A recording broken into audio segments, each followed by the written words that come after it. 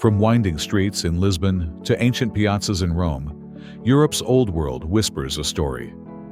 These lands once crowned kings, shaped empires, and birthed the Renaissance.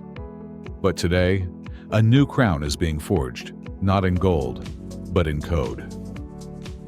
Artificial intelligence is rising, not from Silicon Valley, but from centuries of accumulated knowledge, culture, and innovation.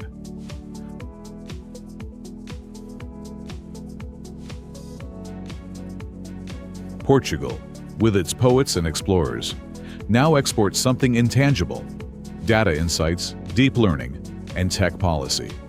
Its traditions cradle progress, not compete with it. From old printing presses to neural networks, this country proves that history isn't a weight, it's a launchpad. And as we move east, we see it's not alone. Europe's beauty didn't slow the future, it built it.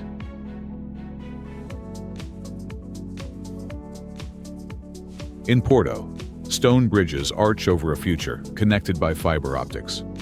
In Madrid, flamenco echoes through alleyways while tech meetups fill digital spaces. Spain, like Portugal, doesn't see AI as a threat. It sees it as inheritance, powered by language, rhythm, and human nuance. This isn't a tech boom imported from abroad. It's Europe's memory, reassembled by machine learning. Spanish universities train coders alongside historians. Architects use AI to model cathedrals once drawn by hand. The machine isn't erasing the past, it's referencing it.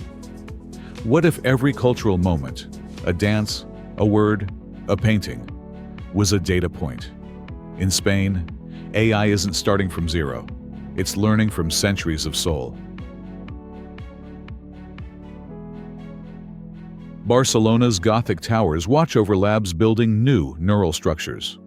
Southern France, once home to artists, poets, and philosophers, now hosts quantum teams, robotics summits, and AI ethics panels.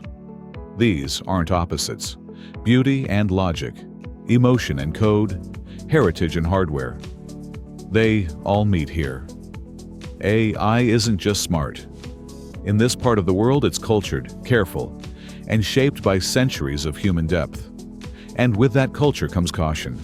France leads in AI regulation, pushing for transparency, fairness, accountability, and long-term stability. They aren't just training models. They're asking, what does a human-centered AI look like? Because here, history is personal. Every cathedral, cafe, and cobblestone street whispers the same truth. When you build something powerful, you build it for people, not just for profit or speed.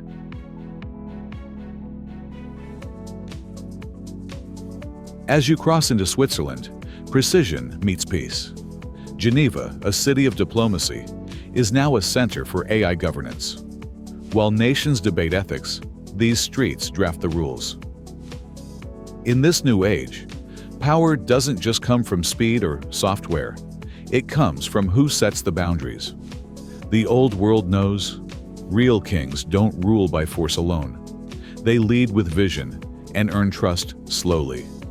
In Zurich, the code runs clean. In Geneva, the questions run deep. What rights should machines have? Who owns the digital soul of a culture, a language, or a city? Switzerland doesn't build empires, it moderates them. The old world crowned a new king, but kept the crown jewels: ethics, memory, and human dignity. And this king, AI, is being watched from every corner of these mountains. Italy greets the future with flair.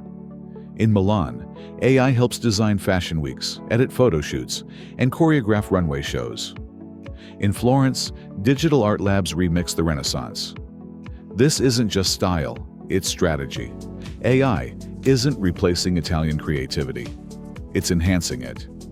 From handmade suits to generative textiles, the old world proves that elegance and innovation can walk the same runway, stitched together with code. Italy doesn't rush, it refines. That's what AI needs most right now.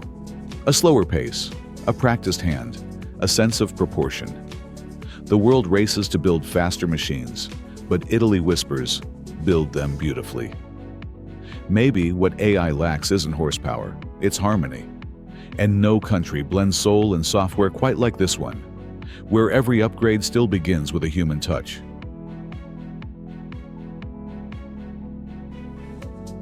Rome knows empires rise and fall. Its ruins don't just mark the past, they teach it.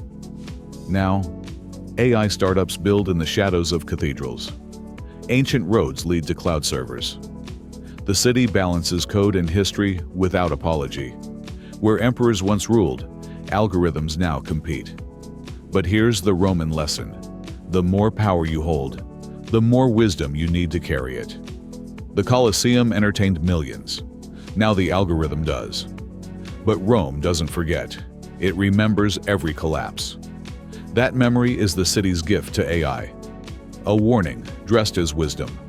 You can't engineer legacy. You have to earn it. If AI wants a crown, it must prove it can wear one. Because in Rome, everything built is measured against what still stands.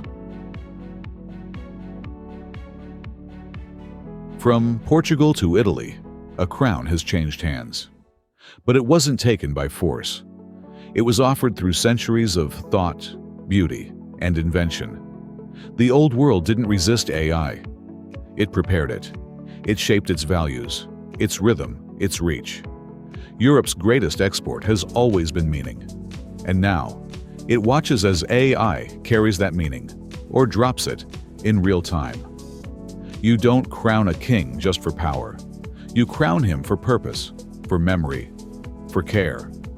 If AI wants the throne, Europe will ask, what will you protect? Not data, but culture. Not speed, but soul. Because in the old world, every stone has a story. And the stories aren't finished. They're just waiting for someone or something wise enough to tell them well.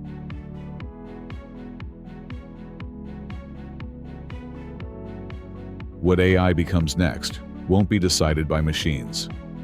It will be shaped by those who remember how to slow down, to listen, to question, to wonder. From cobblestone alleys to mountain labs, the old world isn't finished writing history. It's just using a new pen.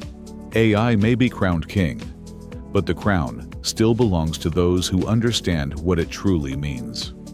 In a world racing toward convenience, these places still offer depth.